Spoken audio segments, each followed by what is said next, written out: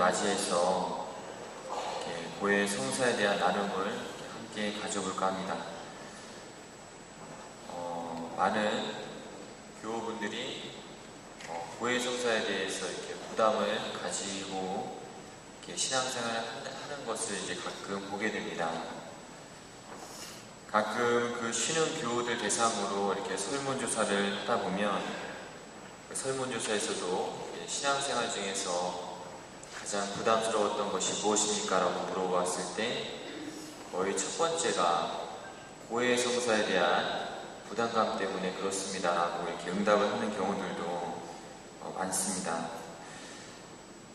확실히 그 자신의 그런 부족한 모습 또는 나약한 모습 또 어떤 부끄러운 모습들을 성찰하고 하느님 앞에 또 고해실에 들어가서 고해한다는 것이 많은 용기와 또 겸손한 마음과 또 깊은 성찰이 필요하기 때문에 어려움이 있을지도 모릅니다. 하지만 그만큼 이제 고해 성사가 우리에게 많은 은총을 가져다 준다는 것을 하나님의 그런 사죄의 은총과 또 우리의 나약함을 조금씩 이겨낼 수 있는 그런 도움의 축복을 받는다는 것을 우리는 묵상해 봐야 할 것입니다. 고해 성사는 이제 우리의 마음과 영혼을 깨끗이 씻어내는 그러한 것이죠. 우리 마음에 상처가 있다면 또 치유하는 것입니다. 우리가 매일 살아가면서 이제 매일 쌓인 먼지 때문에 몸이 더러워지고 또 이게 지저분해지면 저녁에 세수를 하고 목욕을 하듯이 이제 우리의 영혼도 살아가면서 먼지가 묻고 더러워지기 때문에 자주 씻어야 한다는 것을 바라보게 됩니다. 세상에 많은 이기주의들이 굉장히 많죠. 우리 주변에 또 차가운 마음들이 많습니다. 또 사랑을 반대하는 그런 욕망들 또 수많은 죄들이 많은데 그렇다 보면 우리의 마음도 우리가 모르는 사이에 그런 영향을 받게 되는 경우들이 많이 있습니다. 그래서 우리가 자주 우리의 영혼을 씻어내지 못한다면 그러니까 죄와 어둠 속에서 많은 어려움을 겪게 되는 것이죠. 오늘 복음에서 나오는 귀가 먹고 말도 듣고 또 독서에서도 나오는 이제 앞을 잘 못 보는 사람들처럼 이렇게 세상 살아가면서 이렇게 어려움을 겪게 될지도 모릅니다. 그래서 고해 성사의 어려움 중에 끊임없이 노력하는데 자기의 어떤 변화되지 않는 모습들 그런 모습에 대해서 실망하게 되거나 또 포기하게 되는 그러다 보니까 매 같은 그런 어떤 죄를 고백하는 그런 모습에 대해서 부담감을 갖다 보니까 고해 성사를 어렵게 생각하는 경우들이 있습니다. 그래서 한 가지 이야기를 나누어 볼까 합니다. 스페인의 어느 외국의 성당에 이제 십자가가 있습니다. 근데 그 십자가는 여느 성당에 있는 그런 십자가처럼 십자가와는 조금은 이렇게 다른 모습을 지니고 있습니다. 보통 십자가 보면은 이제 예수님께서 양팔에 못이 박혀 계시는데 그 성당의 십자가 보상의 예수님만큼은 이제 한쪽 팔이 못에서 이제 떨어져 나와서 이제 밑을 향하고 이렇게 있습니다. 한쪽 팔은 못 박혀 이렇게 계시고 한쪽 팔은 이렇게 아래를 향하고 있는 것이죠. 그 십자가의 팔이 이렇게 아래로 빠져 있는 이유에 대해서 이렇게 전해져 내려오는 이야기가 있습니다. 옛날 어느 날 어느 청년이 자신의 극복될 수 없는 그런 나약한 모습, 끊임없이 반복되는 그런 모습에 대해서 깊이 실망을 하고 성당에 와서 이제 울고 있었습니다. 자신은 정말로 경건하고 거룩하고 정말로 깨끗한 마음으로 이렇게 살고 싶은데 일단 주변 상황들이 그렇지 않고 또 자신의 나약한 모습 때문에 그러다 보니까 자기 자신에 대해서 너무나 많은 실망을 하게 됐어요. 그래서 성당에 와서 하나님 앞에 그러한 자신에게 자비를 좀 베풀어 주십사 눈물을 흘리고 있었습니다. 그저 본당 신부님이 지나가시다가 그 청년을 이렇게 만나게 되었습니다. 그래서 뭐 때문에 우느냐라고 이렇게 물어봤어요. 그러니까 청년이 제가 뭐 그런 이유 때문에 이렇게 하느님 앞에 너무나 부끄러워서 이렇게 기도를 하고 있습니다라고 이야기했습니다. 그러니까 신부님이 그러면은 이렇게 편안한 마음으로 성사 보면 된다고 해가지고 같이 고해 성사를 정말로 이렇게 잘 이렇게 주시면서 편안한 마음으로 집으로 돌려보냈습니다. 그리고 앞으로 그런 어려움이 있을 때마다 이렇게 성사 보러 오면 된다라고 이렇게 이야기를 했습니다. 근데 한 일주일이 지났는데 그 청년이 와가지고 고해를 또 요청하는 것이었습니다. 신부님은 또 고해 성사를 줬죠.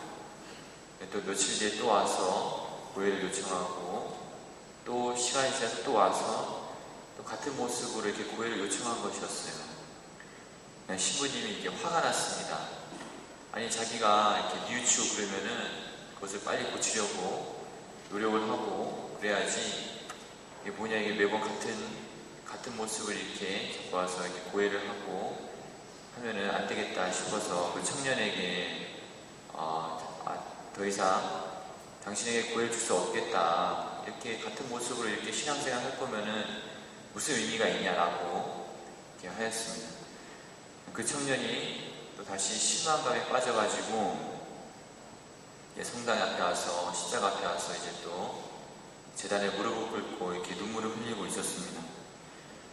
근데 그 순간 십자가에서 매달려 계신 예수님이 십자구상에서 이제 한쪽 팔이 이제 떨어져 나와서 십자가 위에서 바로 예수님께서 그 청년에게 고해 성사를 주시는 것이었어요. 사제를 해주시는 것이었습니다. 그 사제가 너무나 깜짝 놀랐어요. 그 모습을 보고.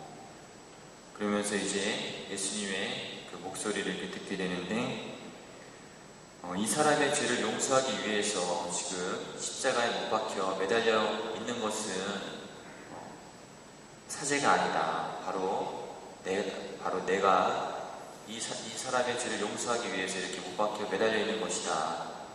라고 이렇게 말씀을 하셨습니다. 우리가 이 이야기를 통해서 이제 묵상해 볼 수 있는 것들이 많죠. 예수님께서는 아침에 죄를 뉘우치고 저녁에 또 죄를 짓고 와도 용서해 주라고 말씀을 하십니다. 어느 날 예수님의 제자 베드로가 예수님께 와서 질문을 합니다. 예수님, 제가 도저히 용서하기 힘든 친구가 있습니다. 그래서 제가 예수님의 제자니까 7번까지만 다 용서하겠습니다. 7번만 용서해도 되겠습니까? 라고 이렇게 질문을 했습니다. 그러니까 예수님께서 제자에게 7번뿐만이 아니라 7번씩 70번이라도 용서를 해야 된다. 끊임없이 용서를 해야 된다라고 이렇게 말씀하시죠. 왜냐하면 하느님께서도 너에 대해서 그렇게 너그럽게 용서해 주시고 또 뉘우치는 대로 끊임없이 용서해 주시기 때문에 너도 이렇게 용서를 해야 된다고 이렇게 말씀하십니다. 왜냐하면 하느님께서는 그만큼 사람이 나약하고 또 변덕스럽기도 하고 또 쉽게 넘어진다는 것을 잘 아시기 때문이죠. 그리고 그러한 사람을 있는 그들의 모습대로 무척이나 사랑하시기 때문입니다. 마치 자녀가 많은 어머니가 있는데 그 어머니가 자녀들 중에서 특히 허약하고 쉽게 병이 걸리고 쉽게 아픈 그러한 자녀에게 더 많은 사랑과 관심을 쏟는 것처럼 하느님께서도 이제 그런 어머니의 마음으로 이렇게 우리를 돌보고 계신다는 것을 이제 주님께서는 늘 우리에게 말씀하시죠. 그분이 바로 이제 고해의 실에서 사제와 함께 여러분을 기다리고 계십니다. 복음에서 나오는 100마리의 양 중에 잃어버린 한 마리의 양이 있으면 주님께서는 그 한 마리의 양을 찾으러 가신다. 그리고 탕자의 비유에서 그 아버지의 마음을 아프게 하고 집을 떠나갔던 그 둘째 아들에 대해서 다시 돌아왔을 때 아버지는 아무것도 묻지 않으시고 그를 품에 이렇게 안아주시는 모습을 통해서 우리는 그런 하나님의 사랑을 이렇게 바라볼 수가 있을 것입니다.